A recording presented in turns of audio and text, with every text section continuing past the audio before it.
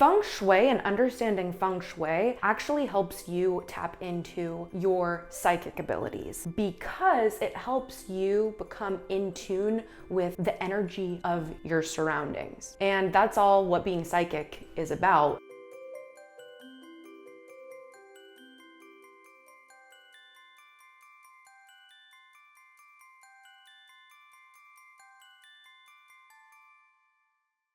Mastering Feng Shui and understanding the art of Feng Shui is all about understanding the language and the world of feeling, energy, and metaphor. You'll understand more of what I mean by that as we go throughout this video. A lot of people dismiss the language of feeling and energy because they can't see it. So a lot of people might think Feng Shui is a bunch of hocus pocus because you can't see energy, you can't see feeling, right? Well, what about heartbreak? If someone's heartbroken, you don't go, "You're not heartbroken, I can't see it, show me your heartbreak, put your heartbreak in my hand." Same thing with Feng Shui. Just because you can't see it doesn't mean it's not real. So let's dive in. Whenever you're doing energy work on your house, such as cleaning or organizing, you want to make sure that you're not listening to a murder podcast or something like that. That's step one no-no for Feng Shui, because why are you going to be listening about death and then putting your dirty paws all over everything? You want to make sure that the energy that you're putting into your home is as clean as possible. Sometimes I like Archangel Michael. He's pretty good. This is a good show. Eliminate all negative energy. Another good show, the God frequency, 1111 hertz. The frequency of God. You can't get more, you can't get more positive than listening to something like the frequency of God. I'll have something like this on when I'm getting my hands, everywhere, because there's a lot of energy in our hands. So we want to make sure that it's positive energy as we're doing energy work on our home. So one of the most important parts of Feng Shui is the entryway. You know how I used to have my entryway before I dove into the world of Feng Shui? I had my litter box in my entryway and all of my shoes. That's so bad because your entryway, it's the first impression. Just if somebody shows up to a job interview in dirty clothes and dirty shoes, that's your first impression of that person. That sets the ground for the energy that you feel towards that person in that interaction, does it not? Same thing for your entryway. It's the first impression of your home. It's where the energy begins. You want it to be positive. My entryway, I have it really positive, I have it really nice. I love having my two favorite crystals right here in my entryway, like my Buddhas, the piano, the mirror. You might be wondering, why do you have this stack of books here? For some reason, I don't know why, but I felt like my door wasn't very secure. It just felt when I was inside my home that I wasn't here safe. I was just always checking to see if the door was locked. But I was maybe if I put some heavier energy by the door, it would create more of a barrier between inside of my home and outside of my home. And I know some of you guys are probably this girl is crazy. But anyways, keeping this stack of books just created a heavier energy and more of a divide between me and the outside world. So once you start working with Feng Shui, even you'll kind of just start to move things around a little bit and see how it feels. So another big part of optimizing Feng Shui, you want to avoid having furniture touching the wall exactly. So if you notice, I have probably about 6 inches of space between my couch and the wall. And that's because energy is flowing.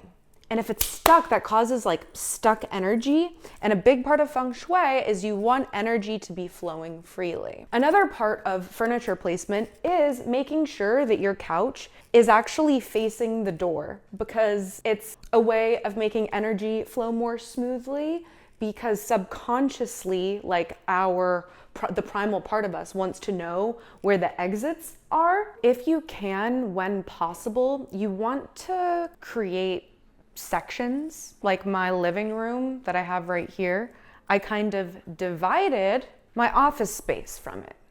And how did I do that? Creating kind of a wall right here, meeting it right here. It divides the spaces. And the reason that's important is because I'm doing a different activity here than I am over there. You want the energy to be in flow. You don't want the energies to mix in between each other. So as far as the bathroom goes, you want to make sure that the toilet is always down.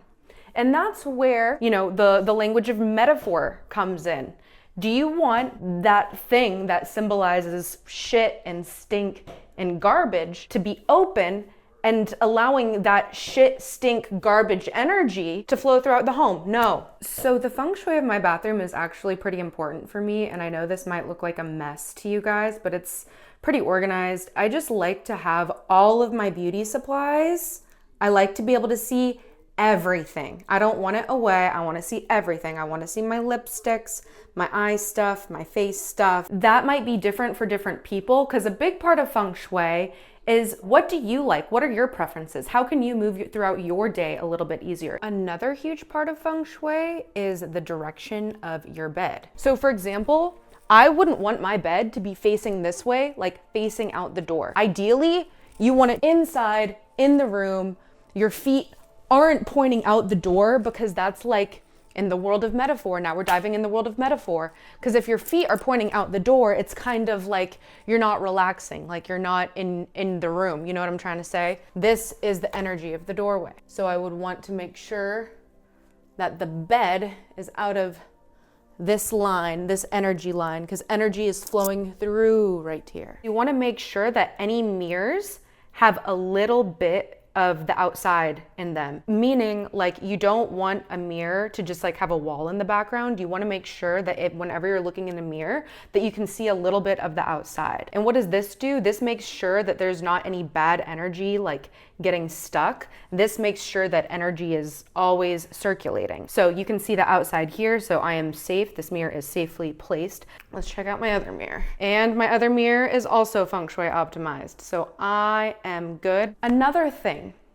no freaking shoes in the house. That's tracking the energy from outside and bringing all that stinky energy into the inside. I have some exceptions. If I'm having a party or something like that, yeah, you can wear your shoes, but then I do energy work, i.e. cleaning, on my home the next day to clear all of that out. Another part of feng shui is making sure to cleanse the space if you can with sage, just to keep the negative energy out of the house. And another thing that you want to make sure of is that your house is properly organized. So that way you're not stressing out trying to find things, because that also affects the overall energy of your home. If you're struggling trying to figure out how to organize your home, this is a big tip that I've used that's really helped, is imagine you're in somebody else's home. And if you were trying to look for that same item that you're trying to organize, if you were trying to look for that item in a stranger's home, where would you first look? Where would be the first place that you would look?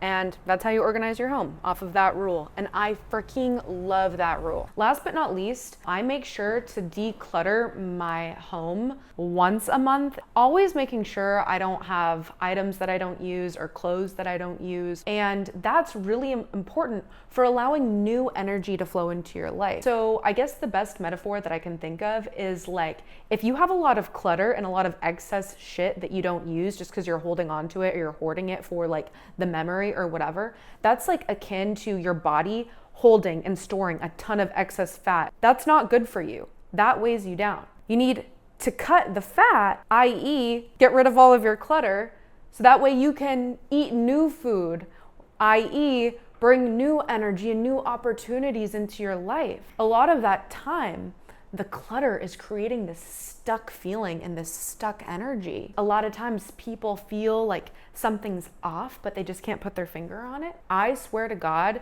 chances are you just need to feng shui your home. You need to declutter your home. Like, our homes and our physical things are an extension of us. And the more you realize this, as I said in the beginning of the video, the more you become in tune with your psychic abilities and realizing that actually our environment is an extension of us, our entire environment, not just our home, but the world and other humans. So feng shui your home, people, not only for you, but for the world. Because like, as Michael Jackson said, like, you know, the Man in the Mirror song, like, if you want to make the world a better place, take a look at yourself and make a change. Like maybe take a look at your house and clean it, you know? All right. Well, have a wonderful day. I hope that was helpful.